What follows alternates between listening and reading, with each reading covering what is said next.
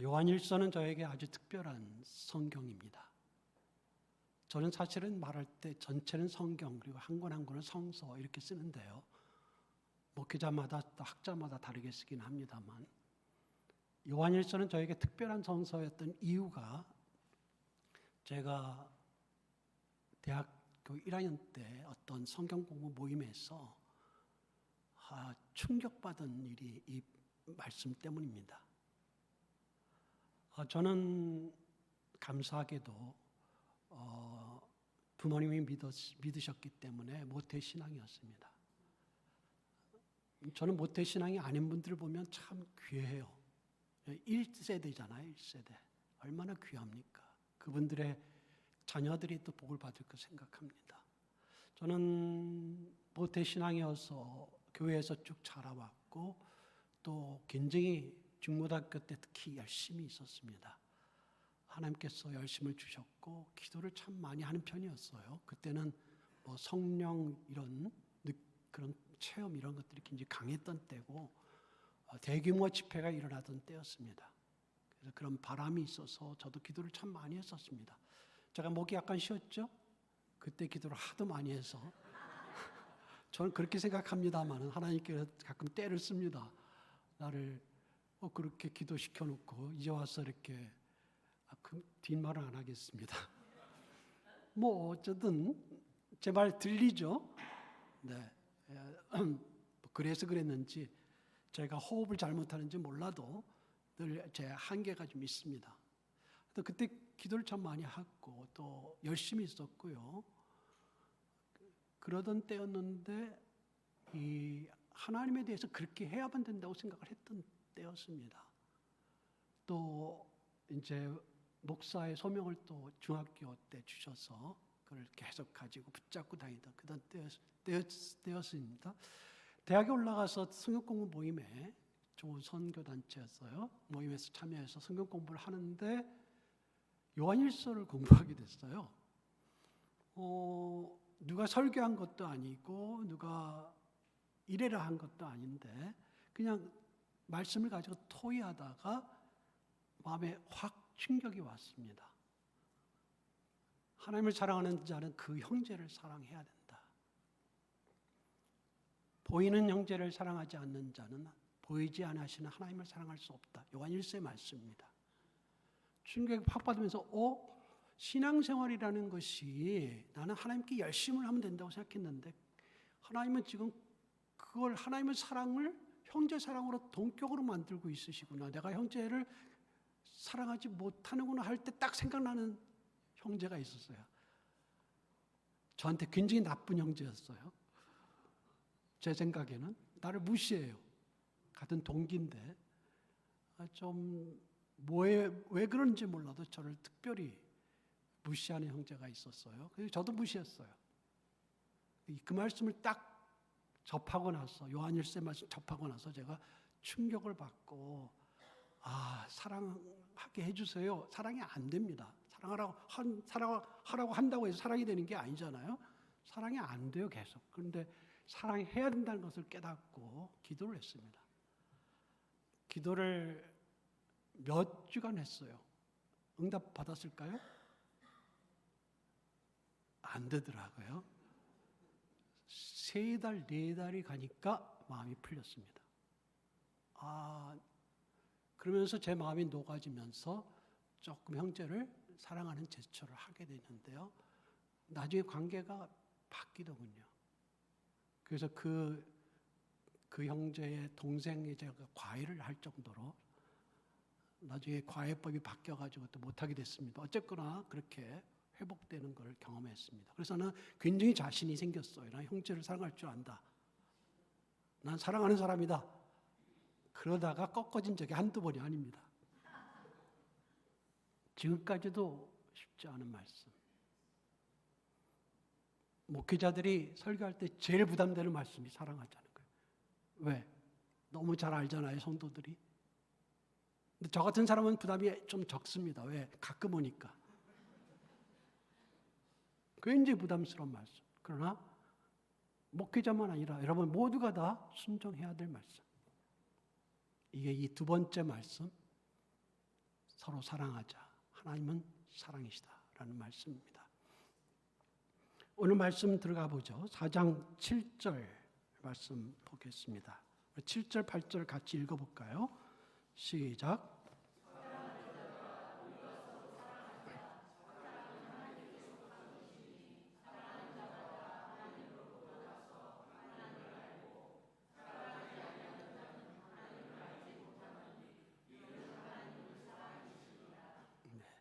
사랑하는 자들아라고 요한이 부르고 있는데, 그건 요한이 굉장히 나이가 많은, 지금 80세 전후로 된 그런 사도, 마지막 혼자 남은 사도 아닙니까? 그 사도가 사랑하는 자들아라고 부를 때 6번 부르게 되네요. 그 중에 사랑하는 본문에 4번을 부릅니다. 그 사랑하는 본문에 맞죠.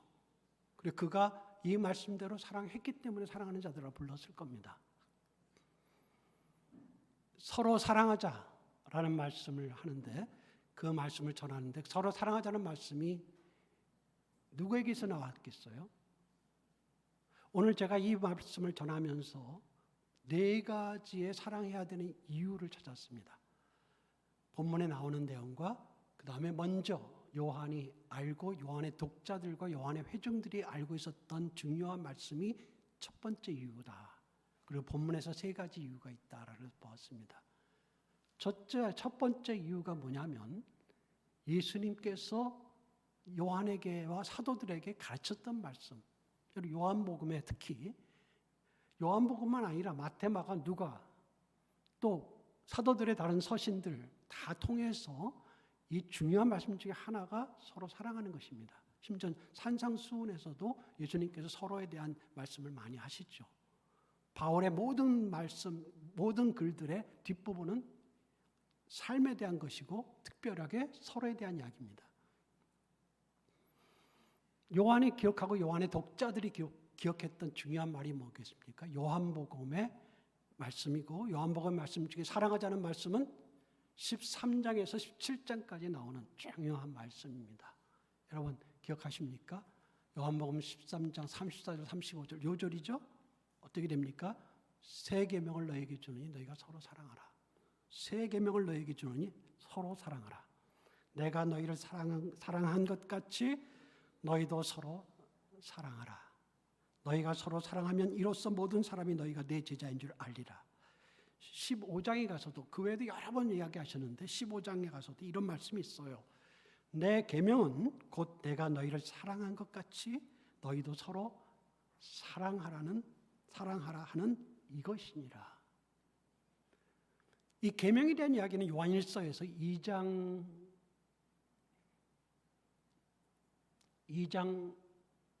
3절부터 나옵니다. 3절부터 11절까지 나오는데요. 계명을 지키는 자가 하나님을 사랑하는 자고 하나님과 관계를 가진 자, 이 사귐이 있다는 것을 강조합니다. 이 말씀이 이미 나왔는데 요한의 독자들은 이 계명에 대해서 알고 있죠. 예수님의 새 계명에 대해서 알고 있죠. 계명이란 무엇입니까? 계명이란 무엇입니까? 명령이라는 말이죠. 그러니까 해도 되고 하지 않아도 되는, 예수님의 제자가 해도 되고 하지 않아도 되는 그런 게 아니라 예수님의 제자라면 반드시 해야 되는 것, 이것이 계명입니다. 예수님께 주신 계명은 서로 사랑하라. 너희가 서로 사랑하면 참으로 내 제자가 될 것이다. 그리고 사람들이 너희가 내 제자인 줄 알 것이다. 또 요한복음 말씀에는 뭐가 있냐면, 나를 사랑하는 자는 내 계명을 지킬 것이다. 그러니까 첫 번째 이유는 뭐예요? 요한의 독자들이 요한 1서를 통해서도 나와 있고 요한복음에서 나와 있는 첫 번째 이유는 예수님의 계명이기 때문입니다. 그래서 말씀을 읽고 다시 알게 되고 또 다시 말씀을 기억하게 될 때마다 우리는 서로 사랑해야 된다라는 도전을 받습니다. 쉽지 않아요. 그러나 이 도전이 굉장히 또 중요한 하나님의 뜻인 것을 알고 있습니다. 오늘 4장 7절 8절 말씀에서 사랑해야 되는 두 번째 이유가 나오는데, 사랑은 하나님께 속한 것이다. 또 하나님은 사랑이시다. 7절과 8절 이야기하고 있습니다. 하나님께 속했다라는 말, 이 말은 조금 의역한 말인데 이 말씀이 관용어이기 때문입니다. 원래 이 말을 직역하면 하나님으로부터 왔다. 영어로 여러 성경들이, 여러분 여러 성경 보내주신 분들은 여러 성경이 그렇게 번역하고 있습니다. Love is from God. 사랑이 하나님으로부터 왔다. 기원. 사랑의 기원이 하나님이다. 우리에게서 난 것이 아니라 하나님부터 사랑이 왔다. 이것을 말하는 것이고, 이거는 당시 헬라어의 관용어로 쓰이는데, 이 표현은 is from이라는 표현은 관용어로 쓰이는데 어떤 의미냐면 속하다라는 말이 됩니다. 관용어로. 그러니까 이렇게 번역해 좋은 번역이죠. 사랑은 하나님께 속한 것이다. 사람에게서 속한 것이 아니라 본래 하나님께 속했고 하나님의 속성에 사랑이 있다. 우리 성경도 그렇게 번역했죠. 영어로 조금 더 소수의 버전이 그렇게 번역하고 있더군요. 그렇게 번역하고 있는데 Love is of God. 하나님에 속한 것이다 라고 번역하고 있습니다. 예, 하나님께 속해 있는 것이 사랑이다. 사랑은 좋은 것입니다. 여기서 말하는 사랑은 너무도 아름다운 것입니다. 사랑은 하나님과 관계가 있습니다. 사랑은 하나님으로부터 온 것입니다. 그래서 하나님부터 오기 때문에 오늘 본문의 7절, 8절에 두 가지 대조가 나오는데 사랑하는 자와 사랑하지 않는 자를 대조합니다. 사랑은 하나님께 속했고 하나님부터 오고 하나님은 사랑이시기 때문에 사랑하는 자는 당연히 그 사랑의 원천이신, 또 사랑의 소속, 그 하나님께 속해 있는, 또 하나님이 사랑이신 그 하나님과 사귐이 있게 되는 것이죠. 먼저 뭐라고 이야기하냐면 그 사귐을 갖기 위해서 하나님께 난 자다. 누가? 사랑하는 자는 하나님께서 출생한 자다. 물론 여러분 아시죠? 요한복음에도 그렇고 또 우리가 알듯이 믿을 때, 그리스도를 믿을 때, 영접할 때 우리가 하나님의 자녀가 되는 권세를 갖습니다. 저 하나님의 자녀가 됩니다. 하나님께 낳았다는 뜻이에요. 그 믿음이 그냥 생기지 않아요. 그렇죠? 갑자기 생기는 게 아니에요. 내가 믿겠다 하고 단지 믿어지는 게 아니라 말씀이 들어갈 때 믿음이 생기면서 그때 성령의 역사로 우리가 하나님으로부터 출생하는 겁니다. 그러니까 하나님부터 출생하고 하나님의 자녀가 되는 것은 믿음입니다. 맞습니다. 그걸 부정하는 게 아니에요. 우리가 믿음을 얻고 하나님을 사랑하면 우리가 하나님부터 난다 이런 뜻이 아니에요. 하나님부터 난 자의 특징 중에 중요한 하나가 사랑하는 것입니다. 왜요? 하나님이 사랑이시고 이 사랑이 하나님께 속한 것이니까 하나님께 난 자는 당연히 하나님의 자녀는 사랑하는 자가 되는 것이고 되려고 노력하는 것입니다. 두 번째로는 하나님부터 낳고 그리고 하나님을 알고라고 그랬죠. 알고라는 것은 하나님과 사귐이 있다는 뜻이에요. 지금 하나님과 이 현재형을 썼거든요. 하나님과 교제하고 있다는 거죠. 하나님과 교제하는 자가 사랑하는 자가 된다는 거예요. 하나님과 교제하는데, 사랑이신 하나님과 교제하는데 사랑을 안 하는 자가 된다? 아니죠. 그래서 사랑하지 아니하는 자는 하나님을 알지 못한다라고 쓰고 있죠. 요한은 미묘하게 여기서 아까 사랑하는 자와 사랑하지 않는 자를 대조할 때 하나를 빼놓고 합니다.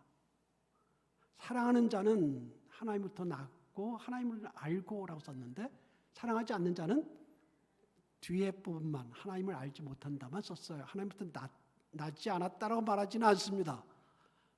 아마도 요한은 경험상 사랑하지 않지만 하나님부터 난 사람이 있다라는 것을 알고 있었기 때문일 수 있습니다. 하나님을 믿긴 믿는데 사랑하지는 않는 사람, 얼굴이 굳어 있고 매정하고 친절하지 않고, 그런 사람은 다 그런 사람이라는 건 아니에요. 그래서 사람마다 조금 차이는 있습니다. 그러나 그렇게 된 사람도 하나님부터 낳지 않았다고 부정하지는 않을 것입니다. 그러나 하나님과 관계, 지금 밀접한 관계는 없다. 왜? 하나님은 사랑이시니까. 그게 두 번째 이유입니다. 하나님과 사귀고 사랑의 하나님이시니까, 사랑이 그분에게 속했고 그로부터 오니까 우리가 당연히 사랑해야 된다. 하나님을 사랑하니까. 그게 두 번째 이유입니다. 세 번째 이유가 9절에서 10절에 나오는데 같이 한번 읽겠습니다. 시작. 하나님의 사랑이 우리에게 이렇게 나타난 바 되었으니 하나님이 자기의 독생자를 사랑은 여기 있으니 우리가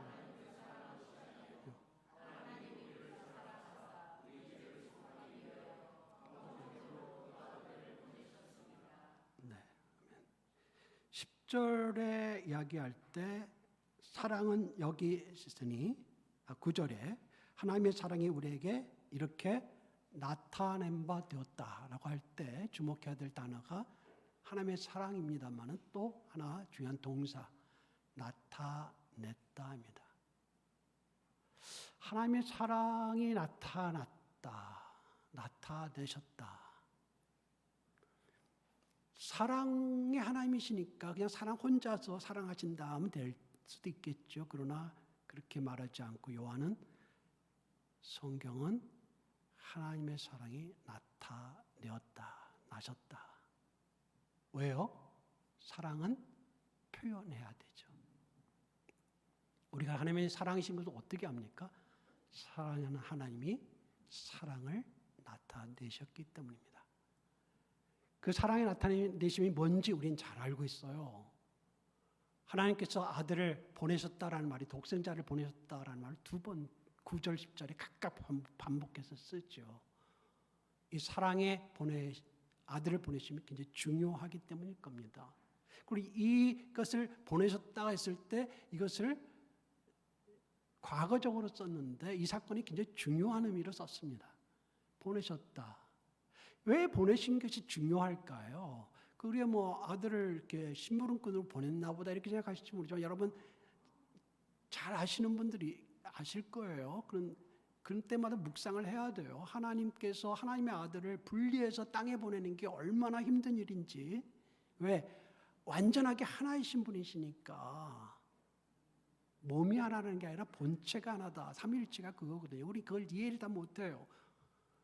그래 그 하나님과 아들은 떨어진 적이 없는 분이셔요.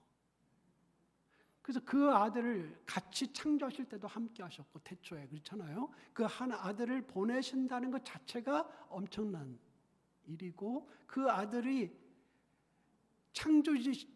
함께 창조주가 되시는 그 아들이 피조물에 몸을 입어서 세상에 나온다는 것 자체가 벌써 엄청난 일이고 그 피조물인 인간의 몸을 입을 뿐만 아니라 그 인간들과 함께 다니는 것도 그들에게 또 가르친다고 또 계속 붙잡고 다니면서 같이 먹고 사고하면서 3년을 그렇게 보내시는 것도 엄청난 일이고 무엇보다 우린 잘 알죠. 십자가에 그 아들을 죽게 해서 아버지와 아들의 그 찢어지는 아픔과 고통의 아픔을 겪게 하는 것도 엄청난 일이죠. 그걸 제가 자세하게 말할 필요는 없었고 그걸 우리가 평생 계속 알아가고 묵상하고 우리가 우리 자신의 길이 벗어날 때 다시 늘 한번 묵상해야 되는 부분입니다. 하나님의 사랑, 이걸 과거로 표현한 것은 일어난 일을 강조합니다. 일어났어요. 그렇게 그것을 강조해요. 그런데 또 하나 우리가 주목해야 될 오늘 본문에서는요, 목적입니다. 목적이 있어요. 사랑은 스토킹이 아닙니다. 나는 사랑하는데 저 사람이 사랑하지 않는 걸 내가 계속해서 나 사랑해라고 하는 게 아니에요. 괴롭히는 게 아닙니다. 나는 사랑하니까 라고 모든 행위를 덮는 게 아니에요. 그 사랑, 희생의 사랑에는요, 뭐가 있어야 됩니까? 목적이, 선한 목적이 있어야 되는데요. 그게 9절에서는 뭐죠? 살리기 위해서. 살리려 하십니다. 그래서 살리기 위해서 10절에서는 죄를 속하기 위해서 화목제물로 주셨다.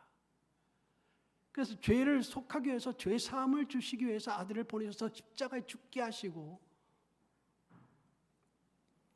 죄 사함을 입게 하시고 영원한 생명을 얻게 하시고 하나님과 사귐을 갖게 하시고 살리는 이 모든 과정에 목적이 정당하고 선하고 그 목적을 이루기 위해서 그 사랑을 행하신 거잖아요.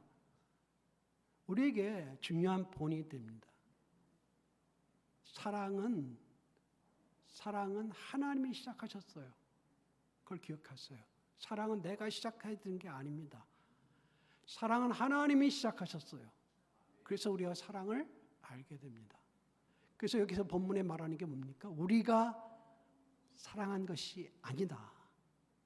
하나님이 우리를 사랑하신 것이다. 오늘 본문에 그렇게 9절 10절 이야기하잖아요. 하나님이 우리를 사랑하신 것이다. 사랑의 이니셔티브, 선도권, 우선하신 것이 하나님이시다. 이걸 강조하고요. 그러니까 사랑을 내가 받지 못해서 사랑할 수 없다. 이렇게 하면 안 된다는 말이에요. 나를 사랑하지 않으니까 나도 사랑할 수 없다. 그렇게 할 수 없다는 거예요. 사랑의 주도권이라 할까요? 먼저. 두 번째는 사랑은 나타내는 것이다. 감추고 속으로만 있는 것이 아니다. 이걸 알게 되죠. 또 사랑의 목적이 있어서 그 선한 목적이 작동하도록 기도하고 하는 것이죠. 그의 잘됨입니다. 상대의 잘됨입니다. 상대가 살아나는 것입니다. 상대가 회복되는 것입니다. 상대가 영광을 얻는 것입니다.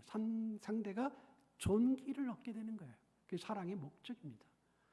우리 사랑으로 우리 성도님들이 또 식사 대접을 하고 또 주방에서 봉사할 때 목적이 뭡니까? 이걸 먹고 기뻐하게 되는 것이죠. 상대가. 목적이 있어요. 그래서 섬김입니다.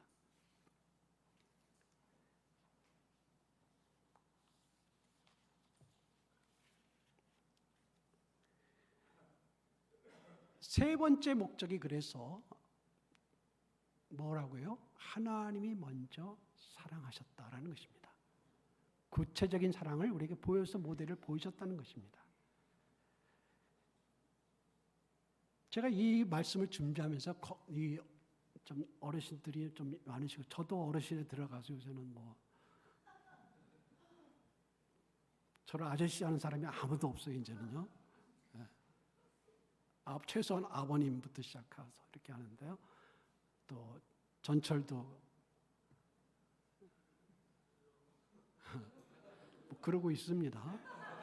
저는 경기도에 있기 때문에 저도 경기도에서 경전철을 타고 다니니까 가끔씩 타요. 가끔씩 타도 공짜 괜찮아요. 조금 미안한 마음도 좀 있고요. 무슨 이야기 하려다 이야기를. 제가 이 설교를 준비하면서 이 설교 준비할 때 혹시 여러분이 마음속에 특히 어르신들께서 자녀들에게 유산을 빨리 주고 싶은 생각이 생기지 않을까. 아버지가 하나님께서 아들을 주셨던 것처럼 다 줘야 되지 않을까라고 마음을 생각하시는 분이 생긴다면 곤란하겠다. 그러지 말으셔라. 그런 말이 갑자기 생각이 났어요. 그런 뜻은 아니고 예수님의 말씀도 내 몸을 사랑하듯 이웃을 사랑하는 것이고 자식도 내 몸을 사랑하듯 사랑하니까 내 몸 관리 잘 하셔야 돼요. 무슨 말인지 알죠? 제가 길게 이야기 드릴 수는 없어요.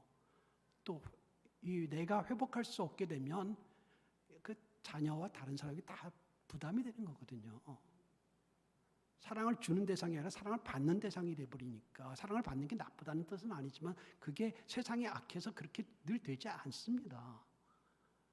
그러니까 본인 관리 잘 하시고 절대 돌아가시기 전에 그만 이야기 하겠습니다. 그러지 마시라고. 오늘은 제가 어떻게 사랑할 것인가를 이야기하지 않겠습니다. 왜 본문이 오늘 그걸 다루고 있지 않기 때문에 약간 있지만 사랑해야 된다. 왜 사랑해야 되는가? 지금 사랑하고 있는가? 내게 지금 미워하는 그 형제는 없는가? 사랑해야 될 형제가 떠오르는가? 그때 우리가 하나님을 사랑하는 자로서 어떻게 해야 될까? 이것을 제가 이야기를 드리는 것입니다. 11절에 가서 우리 11절, 12절 같이 다시 한 번 더 읽어볼까요? 시작.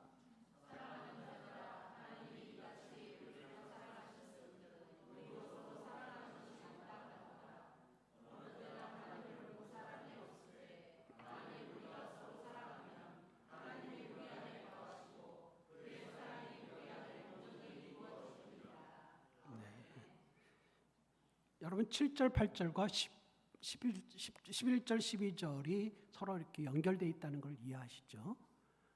그렇게 반복되고 연결되어 있습니다. 근데 11절, 12절에서 사랑하는 자들아 다시 부르면서 하나님이 이같이 우리를 사랑하셨은즉 그 하나님의 모델을 따라 우리도 뭐 하는 것이 마땅하다고요? 사랑하는 것이 마땅하니라. 마땅하다는 말이 원래 그 단어가요. 빛이 아니라 빚 아시죠? 빚을 갚아야 된다 이렇게 하는 빚에서 왔습니다. 그러니까 빚을 갚다, 빚을 갚아야 한다. 당연하죠. 빚은요. 거기서 나온 말로 그러니까 해야만 한다라는 뜻이 돼서 여기서는 마땅하다는 말은 다른 말로 해야만 한다라는 새로운 명령이 됩니다. 사랑해야만 한다. 왜? 12절에 그 이유가 한 번 더 나옵니다. 네 번째 이유와 관련되겠는데요. 만일 우리가 서로 사랑하면 하나님이 우리 안에 거하시고, 왜? 사랑이 하나님이시니까 하나님과 사귐이 일어난다라는 것이죠. 하나님과 깊은 사귐을 원하세요? 예. 우리의 사랑을 해야, 서로 사랑을 해야 더 깊은 사랑으로 갑니다. 하나님의 뜻이 거기에 있기 때문에 그래요. 하나님을 본 사람이 없다라는 말은 하나님을 직접 대면하고 우리가 서로 대면하듯이 대면해서 하나님을 사귀는 방법은 없다라는 뜻입니다. 그렇게 허락되지 않아요. 예전에 선지자들을 통해 모세나 선지자를 통해서 선지자들에게 그렇게 대면하실 때도 잠시예요. 계속되는 것도 아니고요. 특정한 사람에게 일부분적으로 됩니다. 하나님이 주신 가장 중요한 방법, 대표적인 방법은 하나님과 사귐의 대표적인 방법은 하나님의 말씀대로 하나님이 하신 대로 하나님의 사랑을 주시는 대로 서로 사랑하는 것이다 라고 말하는 것입니다. A가 일어나면 B가 일어난다. A는 서로 사랑하는 것, B는 하나님이 우리 안에 거하시는 것이다. 그런데요, 그 뒷부분이 아주 특별합니다. 12절에 우리 안에 거하시고 다음에 우리 같이 한번 읽어볼까요? 그의 사랑이 우리 안에 온전히 이루어지느니라. 이게 무슨 말일까요? 그의 사랑이 우리 안에 온전히 이루어진다. 이 온전히 이루어지다, 이 두 단어로 번역했지만 한 단어입니다. 이 동사는 원래 끝, 마지막이라는 말에서 나온 말입니다. 명사, 끝이라는 말, 마지막이라는 말에서. 이 동사가 되면서 끝까지 간다. 끝까지 가니까 마지막까지 이룬다. 그래서 성취하다가 됩니다. 성취하다가 되면서 성취하는 거니까 완성한다가 됩니다. 또 완전하게 한다가 됩니다. 여기서는 수동용어로 써서 완전하게 된다, 완성된다 이렇게 여러분이 이해하시면 됩니다. 뭐가요? 12절에 말하는 그의 사랑, 하나님의 사랑이 우리 안에 완전하게 된다. 이게 무슨 뜻일까요? 하나님의 사랑은 자체는 완전합니다. 그렇죠? 완전합니다. 하나님의 사랑은 완전하시지만 여기서 말하는 건 하나님의 사랑의 완전함을 거기서 끝나는 게 아니고 사랑의 여정, 길이 있어요. 흐름이 있어요. 하나님의 사랑의 여정이 하나님께서 우리를 사랑하시는 것은 반이다라는 거예요. 반. 그러면 그 마지막 반이 무엇이냐라는 거예요. 예, 우리가 서로 사랑하는 것이 마지막 반이다. 그럴 때 뭐라고 해요? 하나님의 사랑이 완성됐다라고 하는 거예요. 우리는 이렇게 생각했을 분들이 많아요. 저도 그렇게 생각할 때가 많았고, 그때 중고등학교 때 이야기를 했지만 그렇게 생각한 거예요. 하나님께 열심히 하면 된다. 하나님께 기도하고 철야 기도하고 새벽 기도하고 그게 나쁜 게 아니라 그건 좋은 일이죠. 그러나 그렇게 하고 또 예배, 모든 예배에 참석하고 예배를 더 많이 하고 그러면 하나님이 좋아하실 거다. 우리 종교성이라고 하죠. 여러분, 제가 예전에 한번 이야기 드린 적이 있을지 모릅니다만, 제가 요르단 갔을 때 학생들을 가지고 제가 소위 이스라엘 순방하고 그랬을 때요. 요르단 갔을 때 라마단 TV에 한 2-3시간 나오는 것 같아요. 이렇게 예배하고 막 그런 장면이 나와요. 반복해서 예배하고 반복해서 절하고 하는 장면이 나와요. 와, 종교성 대단하다. 근데 전 그런 생각이 딱 들었어요. 말씀을 비추면서 하나님 저걸 원하시는 건가? 그렇지는 않다. 이방신들에게 경배하는 게 굉장히 많이 하고 많이 바치고 하죠.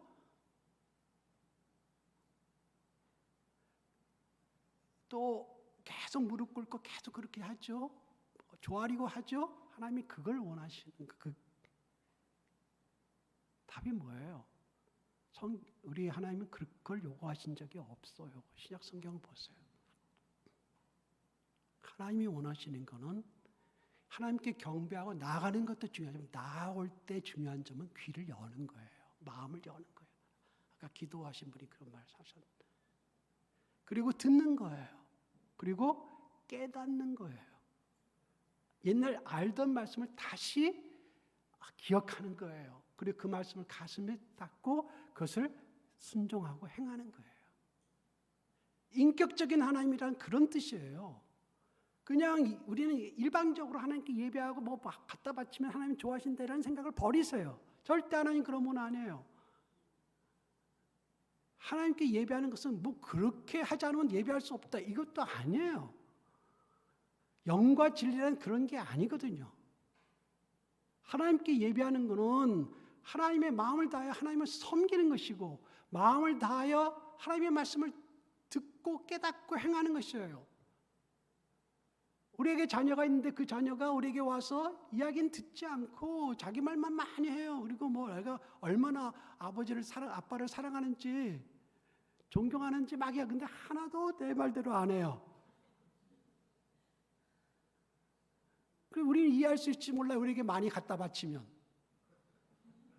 좋아할 수 있어요. 그건 인간이니까. 하나님은 그런 분 아니에요. 하나님은 왜 진리가 있겠어요? 왜 진리의 말씀을 구약, 신약 이렇게 많이 주셨겠어요? 그 말씀을 모르면, 그 말씀을 행하지 않으면, 그 말씀을 따르지 않으면, 그 말씀의 엄청난 보석의 그 가치를 이해를 못하면 우리가 하나님의 그 축복을 누릴 수가 없기 때문에 하나님의 복을 생명을 주고 더 풍성히 얻게 하신다는 그 예수 그리스도에 오신 목적이 이루어지지 않으니까 하나님이 행하시고 하나님이 놀라운 역할을 하시지만 원하시는 건 이제 하나님의 자녀들이 이어받아서 함께 그 사역을 해야 되는데 딴짓만 하고 있으면 안 되니까 그게 하나님의 계획이니까 듣고 마음을 열고 배우고 그 일을 순종하고 그걸 원하시는 거니까요. 완전한 사랑이란 연인들의 사랑을 가리키는 건 아닙니다. 연인들의 사랑을 무시하는 거 아니에요. 저도 경험을 하게 됐었기 때문에. 그러나 여러분 아시죠? 경험하신 분들은 아시죠? 완전합니까? 완전한 사랑을 원하지만 완전하지 않아요. 끝까지 완전한 사랑 이루어지지 않아요. 그것도 부부가 돼서 서로 완전하신 하나님의 사랑에 기초할 때 그 사랑을 서로 배울 때 서로가 사랑하는 법을 알아갈 때 하나님이 우리를 받으신 것처럼 우리도 서로를 받을 때 비로소 좀 더 완전해지고 온전해지고 그러죠? 내 마음대로 하면 됩니까? 안 되죠. 감정으로 되지 않잖아요. 완전한 사랑이란 다시 한번 이야기합니다. 하나님의 사랑을 먼저 받아야 돼요. 하나님의 사랑을 받고 그 사랑을 서로에게 보낼 때 완전한 사랑의 여정이 끝나요. 우리에게 흘려보내는 것이 완전하지 않아도 괜찮아요, 여러분. 완전할 때까지 기다리지 마세요. 내가 서로를 완전하게 사랑할 때까지 기다려야 마세요. 왜 나이가 들면 들수록 마음이 굳어지는 이유를 제가 이해하겠어요. 상처가 많으니까. 경험을 많이 해보니까 산전수전 다 겪어보니까 인간이 어떤 것을 알게 되니까 해줘봐야 도움이 안 된다는 걸 아니까 해줘봐야 나한테 돌아올 게 없다는 걸 아니까 사랑하게 안 되죠. 그러다 보면 마음이 굳어지고 표정이 굳어지고. 근데 이런 점은 있어요, 여러분. 나이가 드시면요 좀 느려요, 반응이. 괜찮아요? 괜찮습니다. 젊었을 땐 심장이 팍팍 뛰거든요. 이 사랑하지 않으면 어떻게 되겠습니까? 이 동맥경화증 같은 게 생겨요. 피가 가다가 잘 가지를 못해요. 막힌 게 많아서. 그게 너무 오래 쌓이면 심각한 병이 되지 않습니까?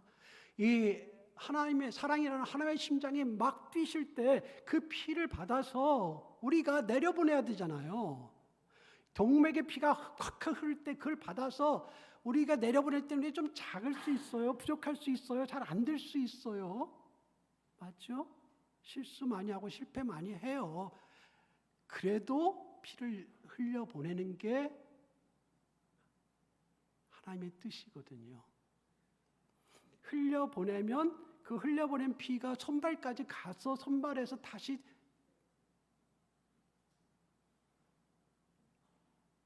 노폐물과 함께 정맥으로 심장으로 다시 돌아가야 심장에 돌아가야 그 심장에서 다시 피가 맑아지면서 내려보내잖아요.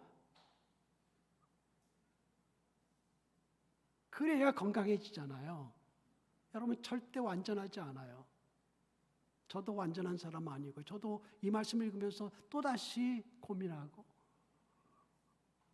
내가 사랑해야 될 사람들을 사랑하고 있는가? 여러분은 어떠세요? 사랑해야 되는 이유가 있습니다. 하나님의 자녀들이요. 하나님께 사랑을 받는 여러분. 서로 사랑해야 됩니다. 요한 사도가 그 이야기만 하고 마치겠습니다. 요한 사도가 나이가 많이 그분만 제가 이야기 드렸죠. 다른 분들은 다 순교했는데 그분만 남겨놓고 핍박은 받았지만 죽지 않고 끝까지 남았습니다. 아마 전승에 의하면 한 110세 정도까지 사셨었나 그 정도까지. 근데 마지막에는 다리가 힘이 없고 몸을 가눌 수 없어서 제자들이 형제들이 그를 부축해서 강단에 세웠다고 합니다. 그러다가 마지막에는 그것도 안 돼서 침상으로 야서 그래도 말은 조금 하시는데 말을 더 잘 못하시니까 그분을 모셔서 말씀을 조금 듣겠다고 했는데 그분이 하신 말씀이 서로 사랑해라.